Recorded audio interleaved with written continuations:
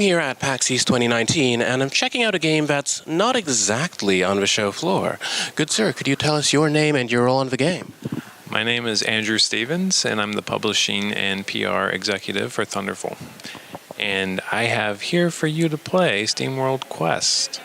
Very nice. I'm excited to see this. Now, for folks at home, could you tell us what kind of game Steamworld Quest is? It's an RPG with card battle mechanics, so yeah. Very cool. Now, I mean, I'm a big fan of the Steamworld Dig series. I've been playing them since, the first Dig. Is this anything like those? I've had a few people kind of compare some of the battles and the tactics to Heist just a little bit, but it's definitely a new game again. So we're making it exciting for you all. Now, I really do love how each game in the SteamWorld series, like for servers Dig 1 and 2, which are Metroidvanias, but SteamWorld Heist, in case you haven't heard of it, is a tactical game with some shooter elements. It's very different. So now, from the looks of things, Quest is going to be more like a JRPG? Excellent. And so you've got some gameplay to show us today, right? I do. So yes, please. Excellent. Let me get the camera set up for it. So while we're getting things set up, let's ask you another question. I have to ask this of everybody. Okay. What is your favorite game of all time? Go. Rez. Wow, that's a fast answer, my man. Yeah, what do you love about it? It's a on-rail shooter, but it's the music and the experience of it all. So definitely, it's an enhanced experience. I'm sure enhanced games will appreciate that answer. Very nice. I like that. So we're looking at what appears to be gameplay here. It's, in case the text is not clear, it says, "As if sent on a mission by the ancient gods, our heroes cut their way through the Green Fingers Grove. The smell of hazard and fungus hit them as they searched for the fabled peppermint puffer." Interesting. Will you stop narrating everything? That feels very meta at the moment. Alrighty. What's the story about, really? What do you say?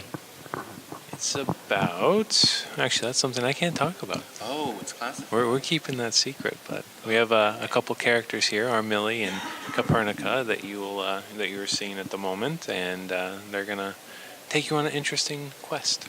Very nice. So now I noticed that the subtitle of the game is like Hand of Gilgamesh. Mm-hmm. So do we wind up meeting somebody who's like Enkidu, or is that also classified? I like the word classified.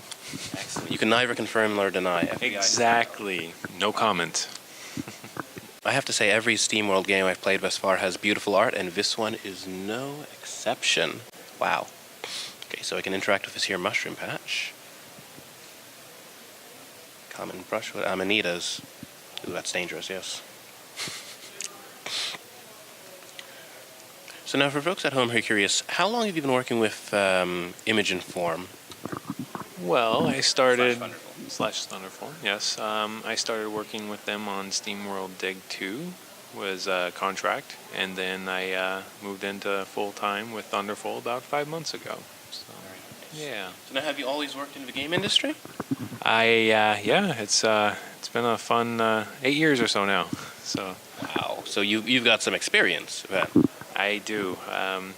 If you want details, I've started out as a journalist actually myself. Really? And then I moved into QA at Bethesda, and then progressed over to the wonderful team at Thunderful. So. Interesting. So now, for folks at home, because I know that there's like a number of, like a lot of people are curious as to how you wind up becoming a game developer or working for a studio. Do you feel that there is a clear path for anybody who wants to do this? Like, if you follow rules X, Y, Z, it happens? Or do you think that people just stumble into it more likely? Well, I know people stumble into it for sure. But definitely if they're interested, then, all they got to do is, follow their passion and, just make it known. And, I mean, one of the best things you can do is just kind of, depending on the role, I know for like QA, for an example, a lot of the times they look for previous experience, but one way you can do that at home is participate in betas and then, provide good feedback and then, document that if, when you apply for a QA position.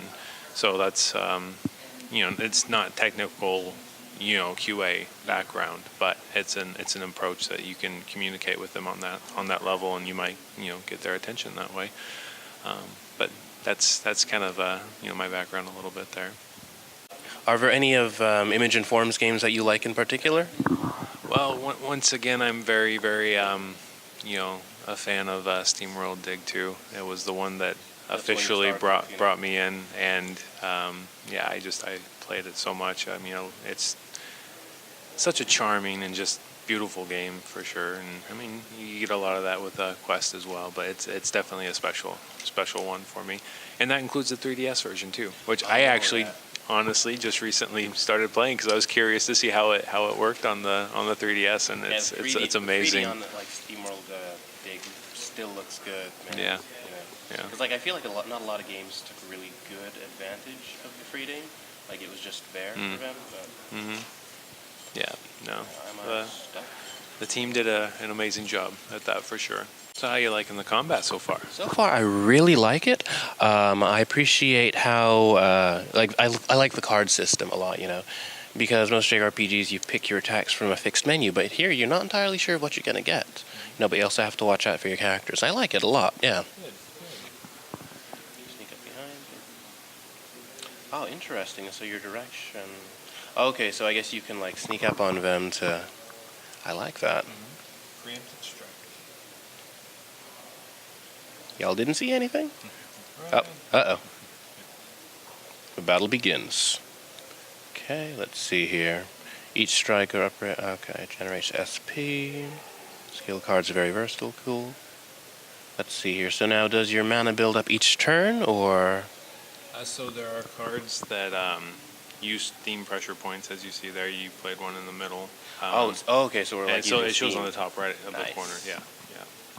And so you can build it up, and so you can use cards that have a higher amount required in order to play them. Very cool, yeah. Ooh, that guy hit hard. Nice. I like the fire pillar a lot. Yes.